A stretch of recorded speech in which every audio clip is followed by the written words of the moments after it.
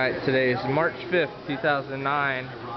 We're fitting the passenger side rear quarter panel and pretty much ready to wrap up all the sheet metal work on this thing.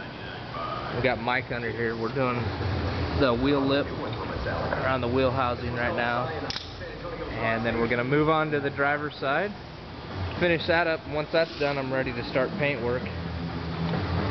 You can check out my blog at 1967 Mustang fastback GT.blogspot.com.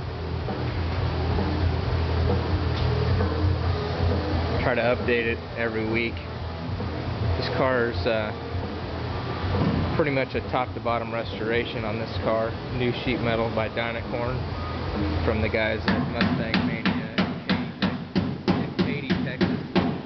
New dash, door, worked over the wheel housings, through the whole rear end with a Positrack unit from Ford. Gator guard undercoating, new brakes, of course, everything. The top loader 4-speed got in the back here, and it's been all rebuilt. New gears. Check the blog out, 1967 Mustang fastback GT.blogspot.com.